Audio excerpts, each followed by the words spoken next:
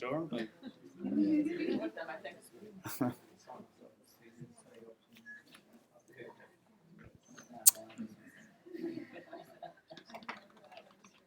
Okay, well, we'll get started. So I appreciate I am the last talk in this session, and I am probably the last thing standing between yourselves and alcohol. So I will do my best to make this as painless as possible. But what I wanted to do is take you to the Great Barrier Reef for 15 minutes and really present some of the sort of really nerdy stuff that I've been involved with. But I realized when we submitted this, we hadn't actually also submitted a presentation about our coral nurture program, and that is really the context behind all of what we do. So I wanted to spend a little bit of time talking about the coral nurture program as not a distraction, but as the fundamental reason why we're doing this nerdy bit of science. Before I start, I wish to acknowledge and pay my deepest respects to all traditional owners, past, present, and emerging. All the amazing sea country that is traditionally owned is a real privilege that we get to live and work in, day out. So alongside traditional owners, of course, there's a huge cast behind this. I've named some of the key players behind the work that I'm going to show today, but the coral nurture program is many more people. It's a huge community effort, and of course all the funders that are involved in that, particularly thanks to Diageo and GBRF. So coral nurture program started in 2017, 2018 in response to back-to-back bleaching. Tourism operators were particularly vulnerable to this. They have fixed moorings on the Great Barrier Reef, which means if you lose your site, you lose your livelihood. So it's very straightforward. So the motivation to potentially look at ways of propagating and replanting those reefs transformed overnight. Until that point in time, Australia didn't entertain restoration. This happened alongside parallel efforts through the Australian Institute of Marine Science for RRAP. You've heard lots about RRAP. This has nothing to do with RRAP. This is a community-led program, and it was stimulated by the operators to ask us as scientists, how do we gain the capacity to do this effectively, cheaply, and within our particular capacity to become better stewards of our own reef sites. And working closely with the tourism operators, we developed a code of practice, and really this was to avoid over-commercializing the intent of this exercise. And it was really to ensure that anyone participating in this were primarily retaining World Heritage Site values, ensuring that they were continuing improving the practice on the reef and not just trying something that had limited value and limited return of investment. And importantly, had accurate messaging and didn't really impact other operators on the reef. So a really sort of community participatory collective effort to gain scale. And I don't have time to talk about the journey. As I said, it's a presentation in its own right. But since 2018, when we really started, we've since grown in scale. We're operating at 27 sites. There's 9 operator partners involved. We have about 120 nurseries now. We have planted, I think I've planted about 3 corals. The operators have planted 80,000 corals, more or less. This is sort of older statistics now. And our key measures of success really is that we've managed to demonstrate that we have meaningful return on investment. This was very important for us and for them and for our investors, is to say, based on the tourism value of those sites, how much is it costing us to do this, and is it worth it, or should we just stop? That was an absolutely critical part. So we've managed to demonstrate through our efforts that for every $1 we invest into this program, we retain $10 of tourism value of that site. So that is huge, and this is really the motivation. Once that number starts to erode, that's when we say, well, actually, it's better for nature just to let it do its own thing, and we'll look for somewhere that needs actually greater care and greater return of investment. Our other big measures of success ecologically is everything we've planted is now starting to reproduce. So we sort of closed the cycle since planting small fragments. Everything is now spawning. The nurseries have been spawning for a couple of years. So we're extremely proud of the fact that everything that's now being planted is just doing its own thing and helping replenish the reef. The other key measure of success for us is a social story.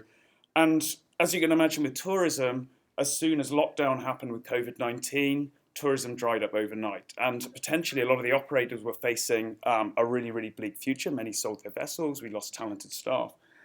And the government approached us, approached the operators with a stimulus package to say, well, if you can actually undertake stewardship values, we can pay you to do that as a means to retain your assets. And so we had the Reef Protection Initiative. Operators were able to be paid to go and plant during lockdown.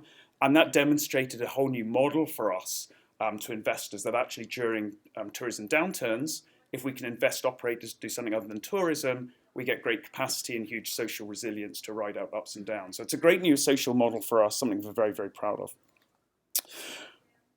In terms of starting this, we were in a position when we entered into this in 2018, the Great Barrier Reef.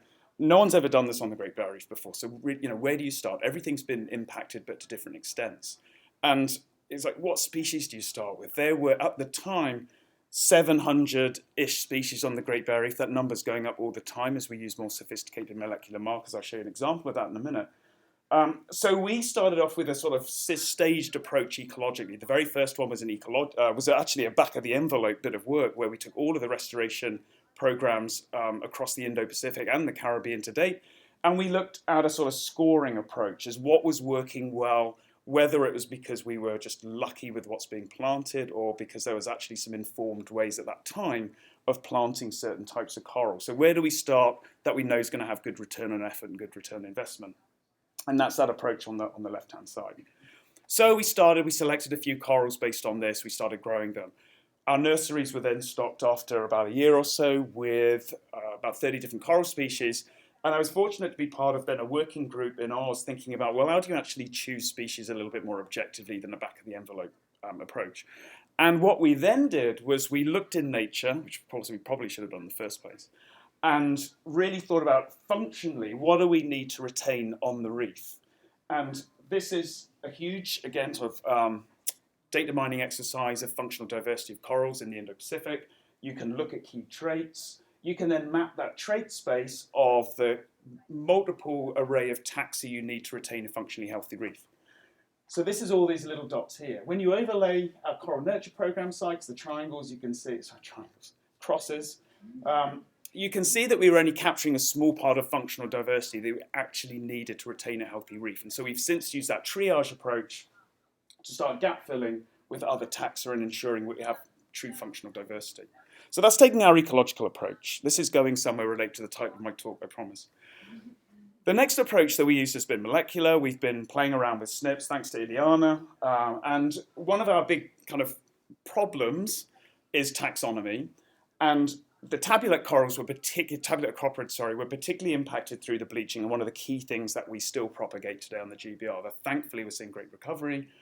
The problem is when we started working with these, even from a functional perspective or an ecological perspective, we didn't actually know what we were working with, and we wanted SNPs to think about just genetic diversity, population. Now, how many genets again do we need? And so we chose Acroporohyacinthus because it's a common taxa, not just in Great Barrier Reef, but in Indo-Pacific worldwide. And when we started using SNPs to look at this, we suddenly found that we were pulling out just these really, really distinct genotypes.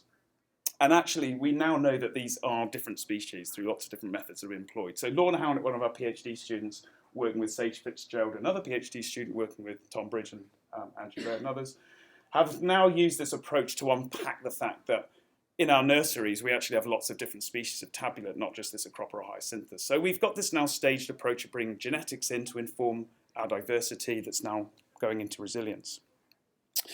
Where we're still at is nothing here really tells us about functional diversity still. There's a lot of theoretical approaches in terms of what taxa do we use to retain function.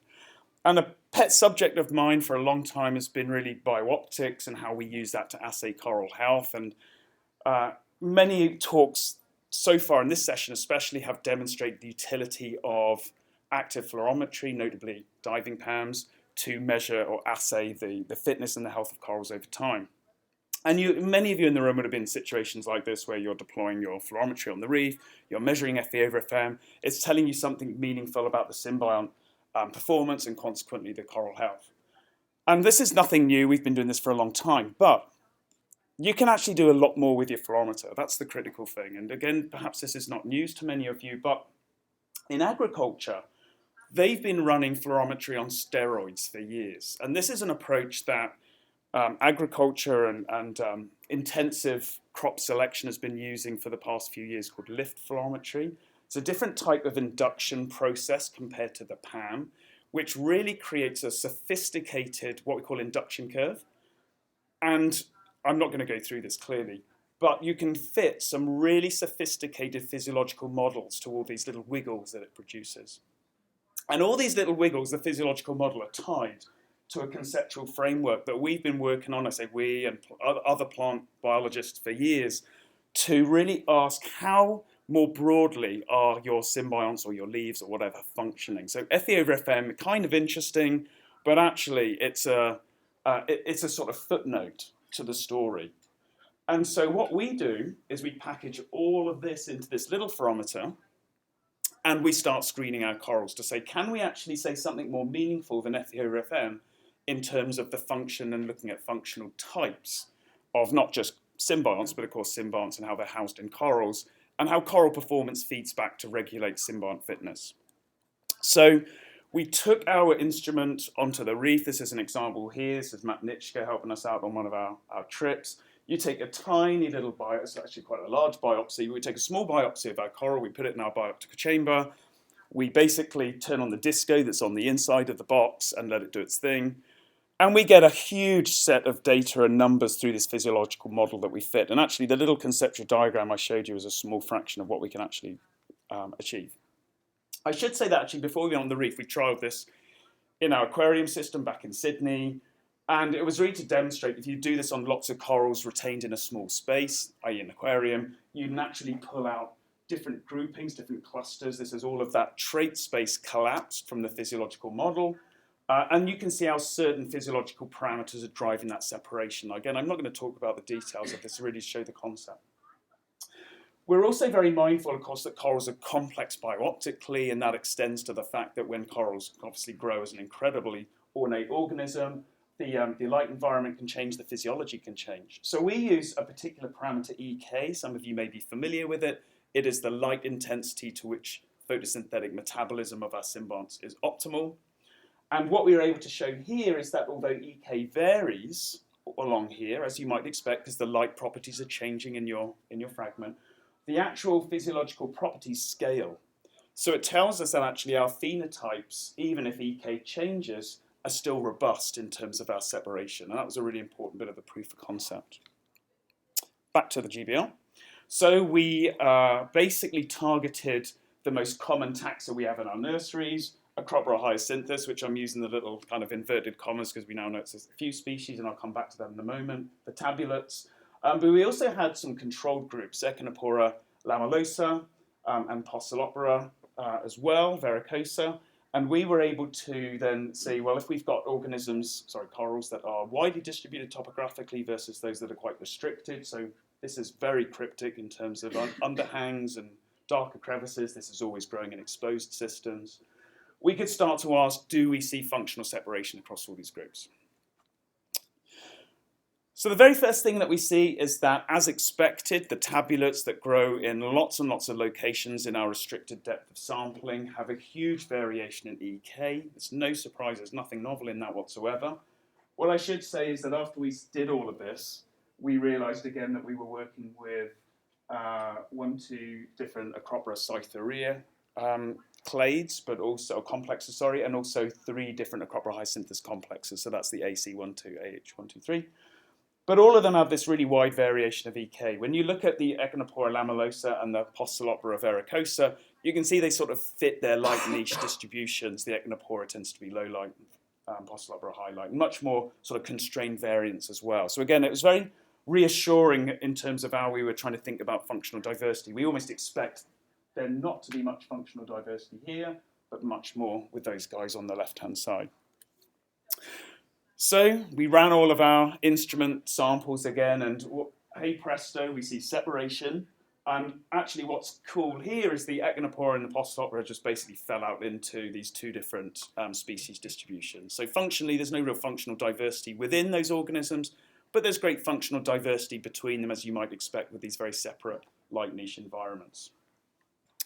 You take all of the tabulates, you see something completely different. You start to see these beautiful functional clusters pull out. You see a lot more bleeding of the samples between all of the different clusters. So it tells us that rather than taxonomic separation, we get much better functional separation across that whole group. And that was really, really exciting for us in terms of potentially there are some new diagnostics there that we can start to look for functional diversity. And perhaps we only need 4 functional types of our tabulate if we're interested in symbiont physiology related to coral health. So where this is going is really thinking about, can we start exploiting different types of really rapid, near real-time assessments of functional diversity for decision making and choosing our chiral taxa for propagation. And one of the benchmarks for this and the sort of comments that we quite often get is, well, how does that really relate to tolerance and stress tolerance, etc.? So we've been working with the CBAS folks, and I say we, Emma Camp has been working with this with the CBAS folks now for a little while. There's a tiny bit of tantalizing data that we're starting to see that two of our functional groups of the acropora, tabular acroporas that we were seeing are showing some differences in their thermal tolerance as well. We need to do a lot more runs of this to really start pulling it out. So perhaps there's a little teaser there that these different functional types biooptically scale to some of the thermal differences we're seeing. Watch this space. And really where all of this is going now is that these biooptical tools, not just the one I've shown you here, are really expanding rapidly in real time. This is just one other example that we're now using called a phenoplate.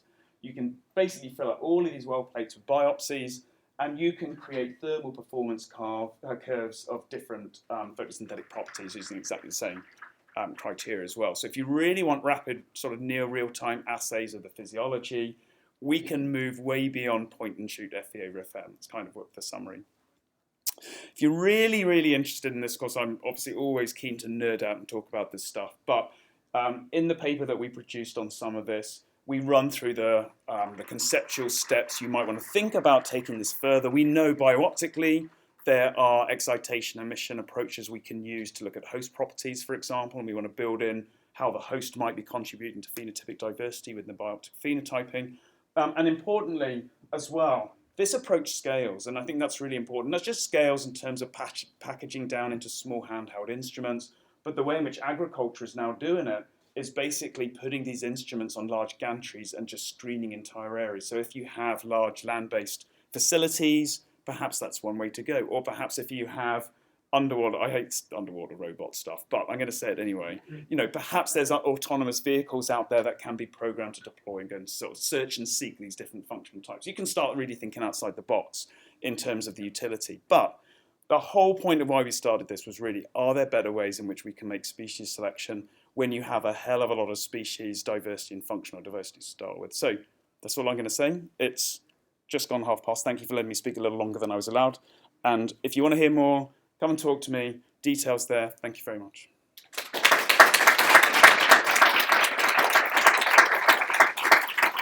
There's no time for questions. No, honestly, if anyone has got a question.